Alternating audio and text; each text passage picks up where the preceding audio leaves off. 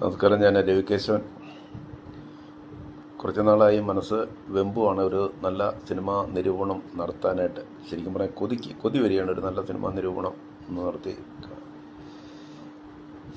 അത് കുറച്ച് നാളായിട്ടത് മനസ്സിലിങ്ങനെ തിങ്ങി നിൽക്കുന്ന ഒരു ആഗ്രഹമായിട്ടാണ്. നിർവാഹമില്ലാതെ ഇന്നലെ കണ്ട ഒരു സിനിമ ഒന്ന് നിരൂപണം നടത്താൻ ശ്രമിക്കുന്നത്. സത്യത്തിൽ ആ സിനിമ നിരൂപണം നടത്തണമോ എന്ന് നടത്തണ്ട എന്ന് പല പ്രാവശ്യം മനസ്സ് പറഞ്ഞു. കാര്യം നിരൂപണം അർഹിക്കുന്ന ഒരു സിനിമയല്ലത്. എങ്കിൽ പോലും മറ്റു സിനിമകളൊന്നും ഇല്ലാത്തതുകൊണ്ടും ദീർഘകാലമായി ഞാനൊരു സിനിമ നിരൂപണം നടത്തി എന്നതുകൊണ്ടും, കാര്യം എല്ലാ സിനിമകളും കാണുന്നുണ്ടെങ്കിലും യോഗ്യമായ സിനിമകളൊന്നും കാണാൻ കഴിഞ്ഞില്ല എന്നുള്ളത് സത്യമാണ്. അപ്പോൾ അതുകൊണ്ടാണ് നിരൂപണം നടത്താതിരുന്നത്. കാര്യം എനിക്ക് എൻ്റെ സമയത്തിന് പ്രാധാന്യമുണ്ട്, അതുപോലെ തന്നെ എന്നെ കേൾക്കുന്ന നിങ്ങളുടെ സമയത്തിനും പ്രാധാന്യമുണ്ടെന്ന് ഞാൻ കൽപ്പിക്കുന്ന ഒരാളാണ്. അപ്പോൾ എന്തായാലും ഇന്നലെ കണ്ട സിനിമ ഐ നോബഡി എന്ന് പറയുന്ന പൃഥ്വിരാജ് നിർമ്മിച്ച് അഭിനയിച്ച സിനിമയാണ്. ഈ സിനിമ കാണണം എന്ന് എൻ്റെ മനസ്സിനെ നിർബന്ധിച്ച രണ്ട് ഘടകങ്ങൾ. ഒന്ന്, അതിൻ്റെ പോസ്റ്റർ ഡിസൈനിങ്ങാണ്. വളരെ മനോഹരമായ ഒരു പോസ്റ്റർ ഡിസൈനിങ്ങാണ്. ഒരു ആഭിജാത്യമുള്ള മാന്യതയുള്ള ഒരു പോസ്റ്റർ ഡിസൈനിങ്ങാണ്. ഞാൻ മുൻപ് എപ്പോഴോ പറഞ്ഞിട്ടുണ്ട്, അടുത്ത കാലത്ത് ഞാൻ ഇതിനു മുമ്പ് കണ്ട ഏറ്റവും നല്ല ഒരു പോസ്റ്റർ ഡിസൈനിങ് ടേക്ക് ഓഫ് എന്ന് പറയുന്ന മഹേഷ് നാരായണൻ്റെ സിനിമയിലായിരുന്നു. അതിനുശേഷം കണ്ട മനോഹരമായ മാന്യതയുള്ള അന്തസ്സുള്ള ഒരു പോസ്റ്റർ ഡിസൈനിങ്ങാണ് ഐ നോബഡി. അതാണ് ആദ്യത്തെ. അപ്പോൾ അങ്ങനെ ഒരു പോസ്റ്റർ ഡിസൈൻ ചെയ്യണമെങ്കിൽ തീർച്ചയായിട്ടും അതിൻ്റെ പിന്നിൽ ഈ പോസ്റ്റർ ഡിസൈൻ ചെയ്യുന്ന സാങ്കേതിക വിദഗ്ധർക്ക് വേണ്ടുന്ന നിർദ്ദേശം കൊടുക്കാൻ സംവിധായകൻ്റെ ഒരു സാന്നിധ്യം ഉണ്ടാകും. അപ്പോൾ അതുകൊണ്ട് തന്നെ അങ്ങനൊരു പോസ്റ്റർ ഡിസൈൻ ചെയ്യാൻ മനസ്സ് കാണിച്ച സംവിധായകൻ തീരെ മോശമാകില്ല എന്ന ഒരു തോന്നൽ മനസ്സിലുണ്ടായിരുന്നു. കൂടാതെ രണ്ടാമത്തെ ഒരു ഘടകം, പൃഥ്വിരാജ് വെറൊരു നടൻ മാത്രമല്ല, അദ്ദേഹം ഒരു സംവിധായകൻ കൂടിയാണ്. അപ്പോൾ അദ്ദേഹം സ്വന്തം കയ്യിലെ കാശ് മുടക്കി ഒരു സിനിമ നിർമ്മിച്ച് അതിൽ അഭിനയിക്കണമെങ്കിൽ ആ സിനിമയുടെ കഥയിലോ തിരക്കഥയിലോ കഥാപാത്ര സൃഷ്ടിയിലോ എന്തെങ്കിലും പ്രത്യേകത ഉണ്ടാവും.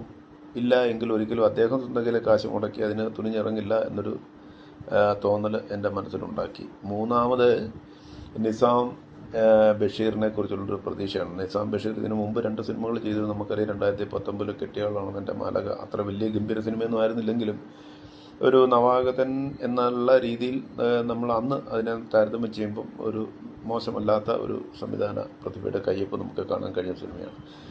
അതിനുശേഷം 2022 അദ്ദേഹം മമ്മൂട്ടി നായകനായ റഷാദ് എന്ന് പറയുന്ന സിനിമ എടുക്കുന്നത്. ആ സിനിമ നമുക്കൊരു അറിയാം, ഒരു ഇംഗ്ലീഷ് സിനിമയുടെ തനി ആവർത്തനമായിരുന്നു എങ്കിൽ പോലും അതിമനോഹരമായ ചില ദൃശ്യങ്ങൾ, മനോഹരങ്ങളായ ചില കാഴ്ചകൾ അദ്ദേഹം നമ്മുടെ പ്രേക്ഷകരുടെ മനസ്സിലേക്ക് തിരിയും. അത് എന്നെ സംബന്ധിച്ച് അതിപ്പോഴും ചില ഷോട്ടുകൾ എൻ്റെ കൺമുമ്പിൽ ഇപ്പോഴും നിറഞ്ഞു നിൽക്കുന്നുണ്ട്. അപ്പോൾ അത്രയൊക്കെ ഒരു ചെറിയ കയ്യൊപ്പ് ചാലിക്കാൻ കഴിഞ്ഞ നിസാം ബഷീറിൻ്റെ ഒരു സാന്നിധ്യവും കൂടി ഈ സിനിമ കാണാനായിട്ട് എന്നെ തിയേറ്ററിലേക്ക് എത്തിക്കാൻ വേണ്ടി പിന്നിൽ പ്രവർത്തിച്ച ചെയ്ത വികാരമാണ്.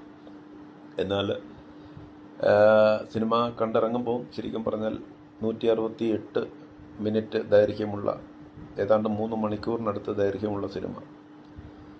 പക്ഷേ യാതൊരു കാര്യമുള്ളൊരു സിനിമയല്ല എന്ന് ചുരുക്കി പറയുകയാണ്. അതുകൊണ്ടാണ് ഞാൻ ആദ്യമേ പറഞ്ഞത് റിവ്യൂ അർഹിക്കുന്ന സിനിമയല്ല. പക്ഷേ എനിക്ക് എൻ്റെ മനസ്സിൽ കുറേ നാളായി ഏതെങ്കിലും ഒരു സിനിമയെക്കുറിച്ച് റിവ്യൂ ചെയ്യേണ്ടത്. അപ്പം അങ്ങനെ എന്തെങ്കിലും ഒരു പ്രാധാന്യമുള്ളൊരു സിനിമ എന്നുള്ള രീതിയിൽ ആണ് ഈ സിനിമയെ റിവ്യൂ ചെയ്യുന്നല്ലാതെ എന്നത് എൻ്റെ സാങ്കേതിക ചേരുവയോ അല്ലെങ്കിൽ എഴുത്തിലെ മികവോ കഥയുടെ മെച്ചം കൊണ്ടോ ഒന്നും കൊണ്ടല്ല. അല്ലെങ്കിൽ ഏതെങ്കിലും പൃഥ്വിരാജുണ്ട്, പാർവതി തിരുവോത്തുണ്ട്, രണ്ടുപേരും അത്യുജ്വല അഭിനേതാക്കളാണ്.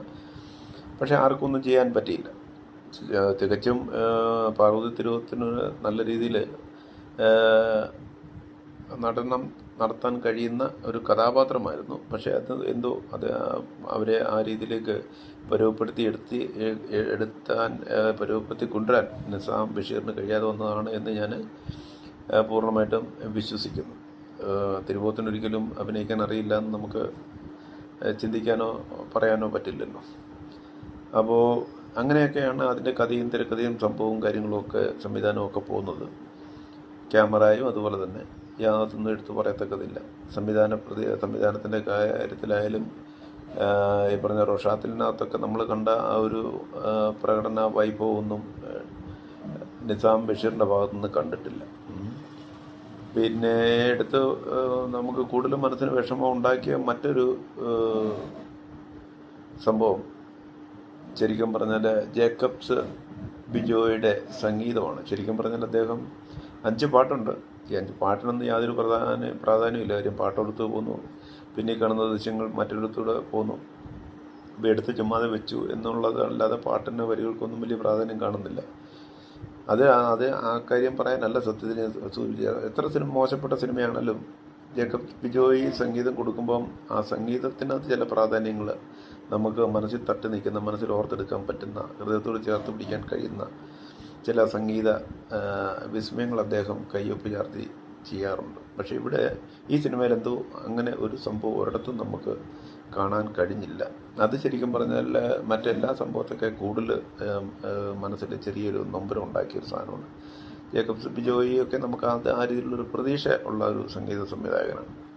പശ്ചാത്തല സംഗീത സംവിധായകൻ എന്ന നിലയിലും അതുപോലെ തന്നെ പാട്ട് സംഗീതം കൊടുത്ത് രൂപപ്പെടുത്തുന്ന കഴിവുള്ള ഒരാളെന്നുള്ള രീതിയിലും. പക്ഷേ ഇവിടെ രണ്ടിടത്തും അദ്ദേഹം ദയനീയമായിട്ട് പരാജയപ്പെടുന്ന കാഴ്ച. അപ്പോൾ ചുരുക്കം പറഞ്ഞാൽ യാതൊരു രീതിയിലും നമുക്ക് ഒരു നല്ലതെന്ന് പറയാൻ ഒന്നുമില്ലാത്ത ഒരു സിനിമ. ഞാനിങ്ങനെ സാധാരണ സിനിമകളെക്കുറിച്ച് പറയാറില്ല, കാര്യം പ്രത്യേകിച്ച് അങ്ങനെയുള്ള സിനിമകളെക്കുറിച്ച് പറയരുത് എന്തുകൊണ്ട് തന്നെ മാറി നിൽക്കുന്ന ഒരാളാണ് സിനിമ നിരൂപണം ചെയ്യാതെ.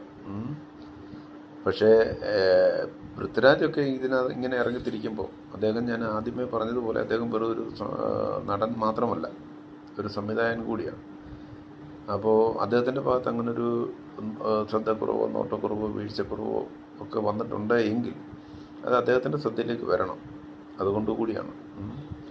അപ്പോൾ ആ രീതിയിൽ ഞാൻ പറയുകയാണ്. പിന്നെ ഒത്തിരി ഞാൻ പറഞ്ഞില്ല, അതിനകത്ത് എടുത്തു പറയാൻ പറ്റുന്ന ഒരു കാര്യങ്ങളും, നല്ലത് എന്ന് പറയാൻ പറ്റുന്ന യാതൊരു കാര്യങ്ങളും ഇല്ലാത്ത ഒരു ശരാശരിക്ക് താഴെ നിൽക്കുന്ന ഒരു സിനിമ മാത്രമാണ് I nobody. Okay, thank you.